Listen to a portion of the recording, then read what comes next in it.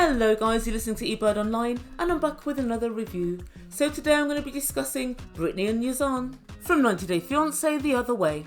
Brittany, listen carefully. Oh, what a tangled web we weave when first we practice to deceive. And at the end of this video, I'm going to tell you exactly what I mean with regard to this. Brittany has been telling pork pies and the Ebird is here to break the whole thing down for you. Very quickly before we begin, please don't forget to subscribe to my channel and don't forget to smash the like button. Guys, YouTube use the like button to decide which videos they're going to promote and which videos they're not. So if you hit the thumbs up, you'll be doing me a massive favour. Right, so without further ado, I'll give you Brittany and Yazan. So as we all know, Brittany was previously married to a high school boyfriend, stroke illegal immigrant. When said illegal immigrant was deported, Brittany failed to apply for a divorce and she just went on her merry way. And now she's met Yazan, she needs to get this divorce through as quickly as possible. So when we first meet up with Brittany, she's just landed in the US and she's actually in Chicago where her mum lives. And she lets us know she had to go back quickly because she had an urgent message saying she needed to appear in court for her divorce. An urgent message, you say? Interesting, very interesting. So when she lands, she has a chat with her mum and she says she has really grave doubts about Yazan's parents. She thinks they're both meddling and controlling. And she gives her mum the litany of problems that she's experiencing. So the first thing is they're pushing her to be Muslim. They want her to convert to Islam. The second thing is they also want her to get married right away. And as we know, they don't see why it can't happen because they don't know she's already married. And then the third thing is they want her to delete all of her social media. And the truth be told, I would say to her parents, from what I've seen of the life she's looking to lead in Jordan, her social media is pretty much going to delete itself. Can you imagine all her simps on OnlyFans paying $25 a month for pictures like this? Neither can I. Her mum's listening carefully and she tells Brittany, you need to be honest with Yazan. And then Brittany tells her mum that Yazan doesn't realise that the divorce hasn't come through. And her mum says she needs to be honest with him. And she asks Brittany, can you come clean after the court date? Court date? Oh right, yeah, that, yeah,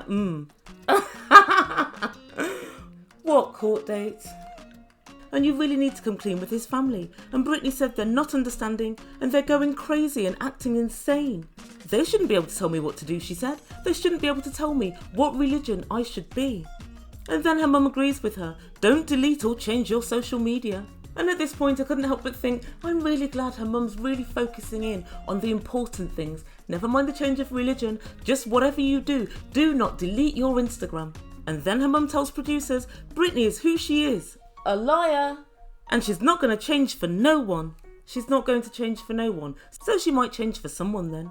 And then Brittany said, Yazan and I have gotten closer because we've had a lot of drama, but there are things we need to address. Oh, Brittany, you need to address the whole of your relationship, what religion you're going to be, if you're going to have kids, if you're prepared to dress modestly, and who's going to assimilate to whose culture. Can the world of hip-hop cope without your talent? All of those things you've yet to address. So the next time we catch up with Brittany and her mum, they're on the way to the court in order to get her divorce. Brittany strides confidently into the court. A few hours later, she strides confidently out. When she walks out, she said, well, I am still married. Colour me shocked. And Brittany tells producers, I saw a court officer when I went in there and he went onto the computer and he discovered that nothing had been uploaded. Quelle surprise. Of course it hadn't, Brittany, because you've never even applied for a divorce before you went to see Yazan. I knew that. And as she walks along the street with her mum, she said, I'm appalled and shocked. This is not what I expected. Her mum seems strangely quiet. Of course your mum's hella quiet because she knows that you're speaking with a forked tongue and that every word that falls from your lips isn't exactly the truth. And then Brittany tells us she has to refile the whole divorce again. In other words, she has to start again at the beginning. And so guys, this whole scene made me laugh because it was really interesting that her mum said next to nothing to all of this. I would have imagined that any normal mum would be really incandescent with rage. How has this happened? Has this ever happened before? What can we do to remedy this? Can you expedite the process now because this is your mistake? None of this, it seems, was entered into. And as she sat in the car with her mum, Brittany attempted to get fired up. And she shouted, who is the manager? Who is the supervisor? Somebody needs to check these people. Brittany, do you not perhaps think it would have been slightly more intelligent to ask who's the manager or who's the supervisor whilst you're in the actual court building? What's the point of saying it now in the car? Because nobody can answer that question, can they? But of course she didn't want to do that because she's not telling the truth. Like so many others before her, Brittany is brimming with bullshit. It's bubbling over. She measures 6.7 on the Richter scale. And then Brittany says she's worried about what Yazan's going to say. I pretty much know what Yazan's going to say. Halas, halas, halas. So guys, I don't for one moment believe the storyline about her not having filed for divorce and it's all a big mistake. If there was nothing on the system, how possibly could they have called her for an urgent visit to the court to finalise the divorce? That's not possible. And actually don't really mind people lying or telling a few fibs, but make the lies linear and believable. This is neither.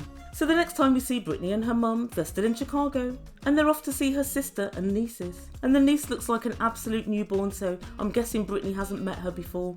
And Brittany tells her sister she feels stressed as she's being pressured to get married. And her sister said, right, I see. And as she held her niece, her sister said, do you want to have kids with Yazan? And Brittany said, yeah, I want to have a kid, a nanny, and a dog or two. So you want one child, one nanny, and 2 dogs. Is this yet another thing that you and Yazan need to talk about? I'll bet it is. And then she lets her sister know they want me to convert to be a Muslim, and I don't want to convert. And she explains to her sister that Yazan seems to back her up, but when he gets with his parents, he seems to be on his parents' side more. And her sister says, well, be really careful because I've got a feeling that once you get married, Yazan's going to flip on you. Sis, the Ebird's got exactly the same feeling. And then her sister tells Brittany, you need to think about all of these things. I feel like you're not as concerned as you should be. And then Brittany focused back in on the divorce that never was. And she said, I can't go back to Jordan without a divorce papers. Otherwise the relationship will be over. Well, Brittany, prepare for your relationship to be over then, because I don't think this divorce is coming through anytime soon. And that's where we leave the love story of Brittany and Yazan today. So what does the Ebird make from all of this? I think thus far, they've got so many issues to discuss, Brittany and Yazan, I don't see their relationship working in any meaningful way.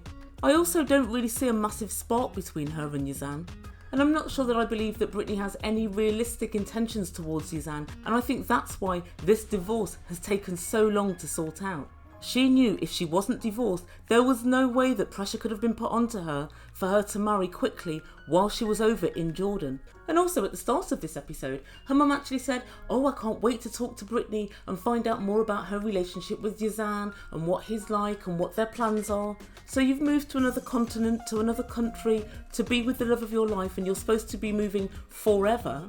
Yet you don't seem to have discussed in any meaningful way the relationship with your mum. And I'm not even going to get on to her dad. She said, Daddy, I'm moving to Jordan. And he broke out into a big grin. He didn't stop grinning until he'd seen her onto the bloody plane. He certainly didn't look like a dad who was worried about his daughter going to a Muslim country to marry a guy he'd never met and live there forever. I didn't get that feeling. I don't know, guys. What do you think? Do you think Brittany's brimming with bullshit? I kind of think I do. But let's talk a bit more about this so-called divorce. So when we first saw Brittany, she met a divorce lawyer in Florida. This lawyer actually told her that if her ex-husband didn't cooperate, it would take 6 to 10 months because they'd have to get the Haitian government involved. So this lets me know she hadn't already filed. And so I was firstly surprised that she was going back to Chicago for this so-called divorce hearing. So are you trying to tell us you'd already filed in Illinois, but you thought you'd pop and ask a divorce lawyer in Florida? When did you file? Before you spoke to the lawyer or after? Because in that meeting you actually said, I haven't yet filed. So after seeing that lawyer, did you then fly back to Chicago, file there, fly back to Palm Beach, Florida, and then fly to Jordan? Is this what you're saying? Because that's what has to happen in order for this story to be true. But my first point is, it's strange she spoke to someone in Florida, but yet she filed in Chicago. That made literally no sense. And so I've done a little bit of digging, and according to court records, Brittany filed for divorce in her home state of Illinois on September the 9th, 2019. She was granted it on February the 11th of this year, and it didn't hit any major hiccups. So I believe in this episode when Brittany and her mum went into the court, that's when it was first ever filed. And that's why her mum was super quiet, because she didn't really like the lies on screen. But anyway, divorce or no divorce, looking at Brittany and looking at the type of wife that Yazan seems to want, they are not a match. Guys, let me know what you think down below. Do you think there's anything down for this couple? I do actually think they look cute together physically, but that's where it all ends. I just don't see any chemistry. It's very possible she could convert to Islam, but I don't see Brittany deciding to not dress provocatively and to forget her OnlyFans account and her Instagram account. I don't see it. So put your comments down below, let the Ebird know what you think, and I will be back very soon with another video. Please don't forget to subscribe and smash that like button. Thank you so much for listening. You've been listening to Ebird Online. Ciao for now.